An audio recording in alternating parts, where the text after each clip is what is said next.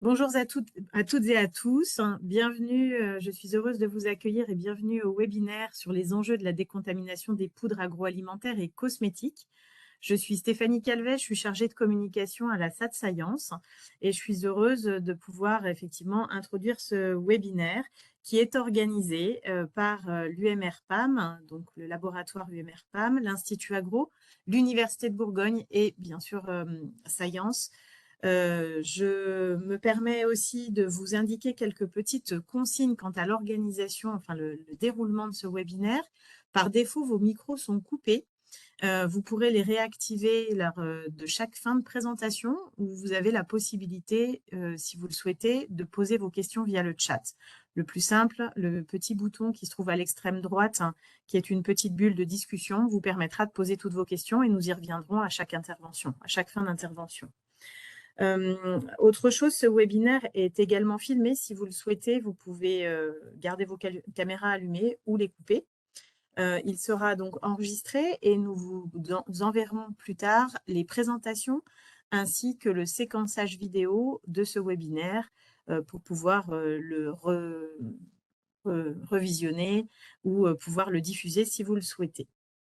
Voilà, sans plus tarder, je passe la main au professeur Louis Lemoine, qui est chargé de mission pour le dispositif de la valorisation de la recherche à l'Université de Bourgogne. Et je le remercie de sa présence au nom de Laurent Gauthier, qui est le VP, effectivement, valorisation de l'Université de Bourgogne, qui n'a pas pu être présent ce matin. Je vous laisse la main, Louis. Merci. Oui, bonjour, j'espère que vous m'entendez tous. Très bien. D'abord, je vous souhaite la bienvenue à toutes et à tous. En tant que chargé de mission valorisation Université de Bourgogne, et effectivement, au nom du président Vincent Thomas et du vice-président Laurent Gauthier, j'ai l'immense plaisir de vous introduire à ce webinaire organisé par l'espace entreprise de l'Université de Bourgogne et Science, la SAT Grand Est, dont le thème est la décontamination des poudres alimentaires et cosmétiques. Notre intervenant du jour, c'est Jean-Marie Perrier-Cornet du laboratoire Procédés alimentaires et microbiologiques, une unité d'excellence, une unité mixte de recherche entre l'Institut Agro-Dijon et l'Université de Bourgogne. Et la thématique porte sur les milieux granulaires et dispersés. C'est une thématique toujours très spécifique et particulière, d'autant plus lorsqu'il s'agit de produits agroalimentaires et cosmétiques.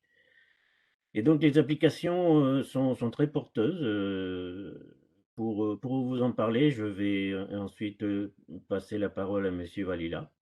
Mais je vous souhaite à tous, et à tous, encore une fois, un excellent webinaire, dans la série des webinaires organisés par l'Espace Entreprise de l'Université de Bourgogne et de la SAD Grand Est. Donc je remercie nos 2 organisatrices du jour et les félicite pour cet excellent travail.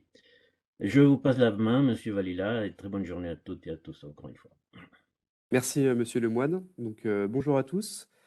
Jonathan Valila, donc Science, je suis ingénieur en charge de la halle de technologie alimentaire adossée à l'école d'ingénieurs l'Institut Agro-Dijon.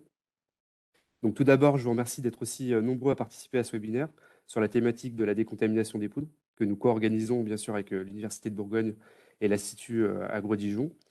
Alors, l'objectif de ce webinaire, c'est bien sûr de mieux appréhender les enjeux de la décontamination des poudres, car comme vous le savez sûrement déjà, les poudres sont aussi sujettes aux contaminations microbiologiques, comme les produits humides, et ces contaminations sont souvent complexes à éradiquer, notamment à cause de l'état sporulier des micro-organismes.